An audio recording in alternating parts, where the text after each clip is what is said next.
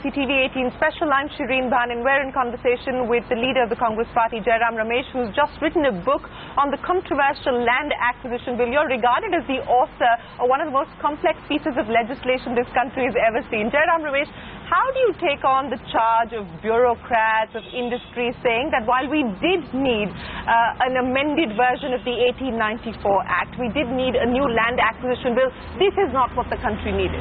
Well, first of all, 1894 was replaced. We needed not an amendment to 1894. A whole new bill. We needed a whole new act. We had 2 years of consultations. We had 2 all-party meetings.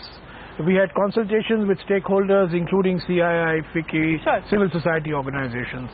We presented a bill. It went to the standing committee. 14 months the standing committee debated on the bill. We had 15 hours of debate in the Lok Sabha and the Rajya Sabha. We had 65 members of parliament participate. And at the end, parliament, in its wisdom, unanimously and enthusiastically passed the 2013 law. So I was the Sutradhar. Yes, I agree. But the credit for this law, for this legislation, goes to the entire political establishment, which was reacting to a certain situation, a social situation that had arisen out of forcible land acquisition at below market rates of compensation. Sure, I don't deny the fact that, the use of brutal force by the state government as well as the central government to acquire land is something that ought to be done away with.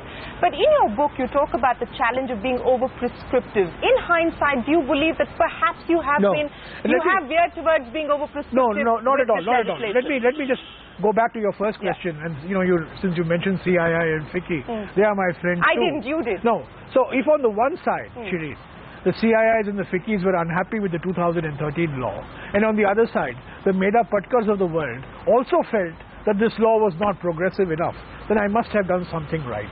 That the middle path was the right path to take. And perhaps what we achieved with this law, as I describe in the book, was not balanced satisfaction, but balanced dissatisfaction. And that is in the nature of the things. This is an extremely complex issue. No, but now, on the issue of being over-prescriptive, do you believe that perhaps you veered towards being over-prescriptive? Not really. We have left many things to the states. We have left many things to the states. But on 4 issues, which constitute the pillars of the 2013 law, the consent, the social impact assessment, the compensation, and the R&R, the rehabilitation and resettlement, we have established a certain baseline. Remember that this law has come because land acquisition is in the concurrent list. Absolutely. So the states can have their own legislation as they will. But in a concurrent legislation, the states cannot derogate from what the center has brought. They can only improve upon it. Sure. Which is the argument that's being made by this present government as well? The finance minister defending the ordinance says that, West Bengal can't hold back a state like Maharashtra, or Maharashtra can't hold back a different state government. If you want consent, put in consent norms. If you want social impact assessment, put in social impact. This is a cop-out. No, I'm presenting the government's argument. Yeah, I agree. Yeah. I'm not saying you're presenting it. I'm saying, but this is a cop-out on the part of the government. First of all, in 2013 law, the same Mr. Jaitley supported the 2013 law. The 2013 Sushma Swaraj came up with 2 amendments in the Lok Sabha, which form section 102 and 104. 3 amendments came from the Madhya Pradesh Chief Minister. They form section 6, section 38, and item 2 in schedule 2. So the point is that the entire political establishment was on board. Democratic processes were followed. Standing committee examined the bill, and finally the act came into being. The act came into force on January 1st, 2014. Elections were announced immediately thereafter. And thereafter the new government came with an intention of amending the bill. Where was the opportunity given for this act to be implemented? And now everybody is saying because of the act, projects have been delayed. There's an RTI inquiry which came out in the Economic Times 2 days ago, which said that only 8% of the projects have been delayed because of problems associated with land acquisition. So let's not make a demon out of the 2013 law.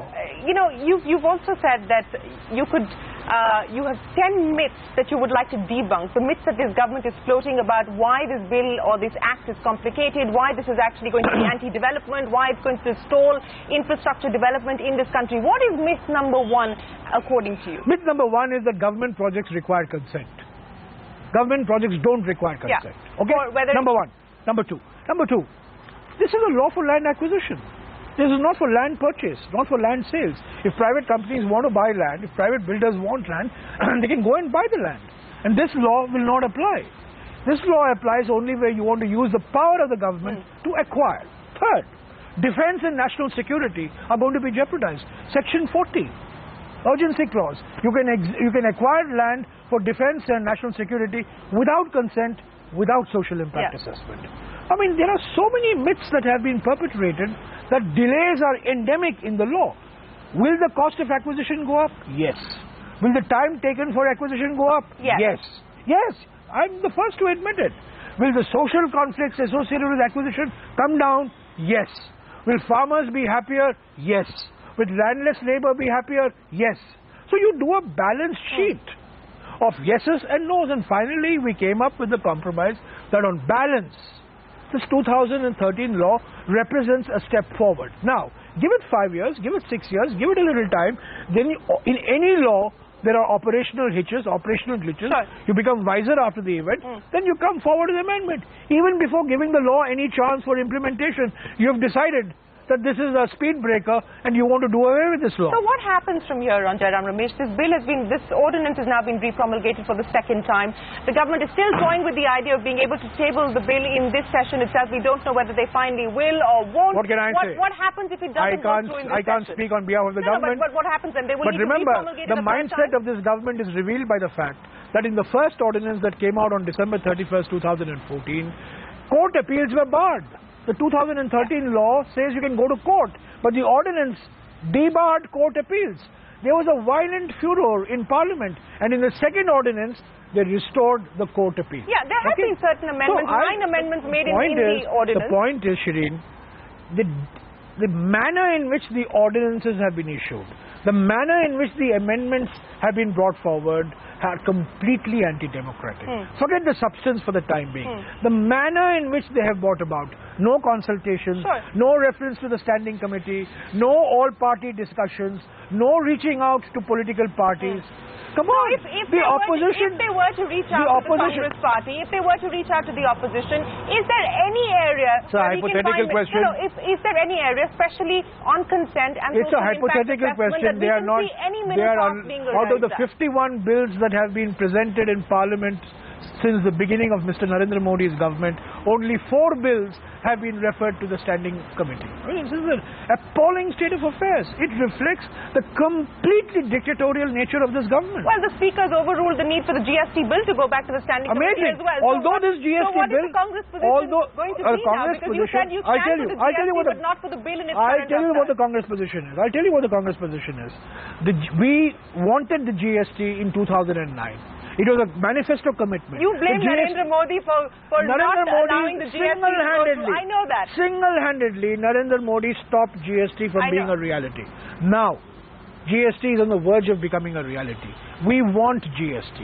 We want a low-rate GST, not a 25 or 27% What is the rate that is appropriate? 12 to 15% would be reasonable. Do you really think we're going to have a 12 to 15% That is for the states to decide. That's not for me to decide. However, the concept of a GST, the idea of a GST, we welcome.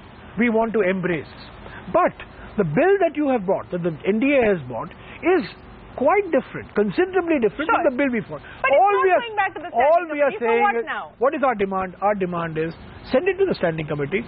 They will take 2 months. You come back in the monsoon session and pass the GST. The Speaker has said it doesn't need to go back to the standing committee. The Finance Minister said if you don't pass it in this session, it's going to miss the April 1, 2016 this is holding a pistol on our heads. So what now? Are you going to say to walk out tomorrow? That we'll know only tomorrow. That I can only tell you tomorrow.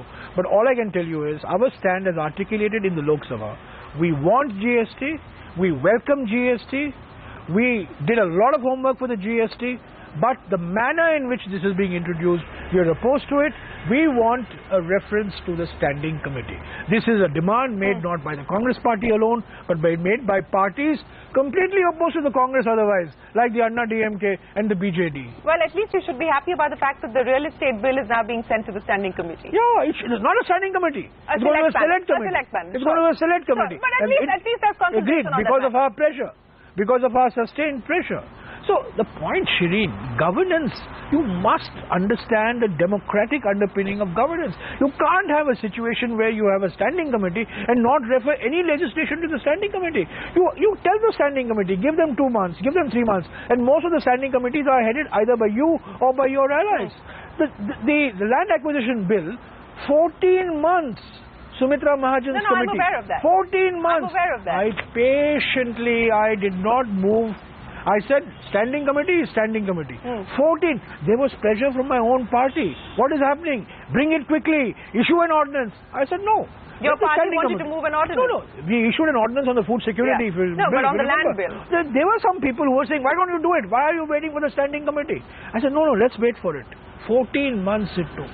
But in democracies, you don't have to just do the right thing. You must also do a thing right. And if 51 bills, only 4 are going to be referred to a standing committee, I think this is a sign that we are on the road of being an illiberal democracy. Before I move away from the land acquisition bill, my final question to you on this issue, it's a hypothetical one. If they were to reach out to the Congress and the other opposition, let them reach out. Where are the areas that we could find? First of all, I don't expect them to reach out. I don't expect them to reach out because reaching out means having an open mind. Their minds are closed. Reaching out means having a dialogue. They are not interested in dialogue. They are masters of monologue. So I have no expectations from them. They should have done this much earlier, 3 months ago, 4 months ago. So now when you are on the defensive, when all your political parties, your own allies, the Swadeshi Jagran Manch has had a demonstration today in Jantar Mantar. Swadeshi Jagran Manch, the last I knew of it, was not a Congress outfit. It was an RSS outfit. The Bharatiya Kisan Union has held demonstrations against this. The BJP's own institutions are against the amendment. Going to step up the agitation against the land acquisition bill? We are fighting because 2 of the 4 basic features of the 2013 law have been seriously tampered with. Compensation has not been changed in 2013. R&R has not been changed. Thank God for small mercies. Consent has been radically altered. Social impact assessment has been completely done away with. And that's why we are fighting. We are not an organization of sannyasis. We are not an NGO organization. We are a political party. Don't you drag yourself into what you just called yourself as we are a political party by calling the government a suit-wood-ki sarkar? What is that democracies, for us, politics is not just in parliament. Politics is also on the streets. The land acquisition issue is an issue that affects millions of people, millions of landowners in urban areas, in rural areas, millions of landless labour. Or a pro-farmer issue. It's something that the country deserves. A new. The country deserves a humane. Why make this into a The country deserves a humane and a progressive land acquisition law, which the 2013 law is, and all political parties. I'll come back to this again. All political parties. I'm very well aware of that. The opening batsman in the Lok Sabha who paid encomiums to the bill which became the act was Mr. Rajnath Singh. The opening batsman in the Rajya Sabha was Mr. Vinay Katiyar. Sushma Swaraj is on record as having paid compliments to us, to me personally, to my embarrassment, for the 2013 bill which became an act. So, this is a political establishment in its collective wisdom passed this law.